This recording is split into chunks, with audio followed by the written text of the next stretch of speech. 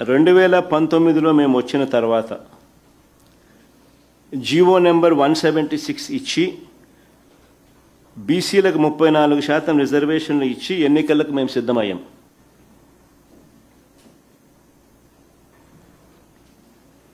కానీ చంద్రబాబు నాయుడు గారు తన పార్టీ నాయకుడు తన గవర్నమెంట్లో అప్పట్లో ఏపీ స్టేట్ ఎంప్లాయ్మెంట్ గ్యారంటీ కౌన్సిల్లో అప్పటి సభ్యుడు బెర్రు ప్రతాప్ రెడ్డి ద్వారా హైకోర్టులోనూ సుప్రీంకోర్టులోనూ కేసులు వేయించాడు. సుప్రీంకోర్టు ఆదేశాల మేరకు రిజర్వేషన్లు 50% దాటకూడదు అన్న ఆదేశాలతో బీసీలకు 34% కొట్టేస్తున్నామని హైకోర్టు తీర్పిచ్చింది. అప్పట్లో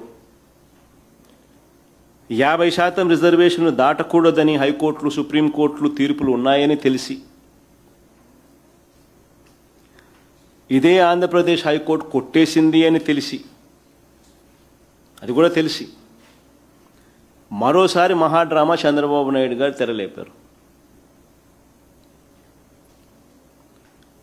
కోర్టుకు పోయేది ఆయనే, కొట్టు వేయించేది ఆయనే, మళ్ళీ దొంగ ఏడుపులు ఏడుస్తూ మీరు కోర్టుకు పోవద్దండి అని చెప్పి మాకు అని చెప్పేది మళ్ళీ ఆయనే. నిజంగా ఆశ్చర్యం అనిపిస్తుంది. అసలు అలాంటి జడ్జిమెంట్లు వచ్చినా కూడా కోర్టు నుంచి ఎంత విప్లవాత్మక మార్పులు మేము తీసుకొచ్చాము. అలాంటి జడ్జిమెంట్ ఉన్నా కూడా ఓపెన్ కేటగిరీస్లో బీసీలను మేము ఏ మాదిరిగా ప్రమోట్ చేసినాము అని చెప్పడానికి కొన్ని ఎగ్జాంపుల్స్ నేను చెప్తున్నా.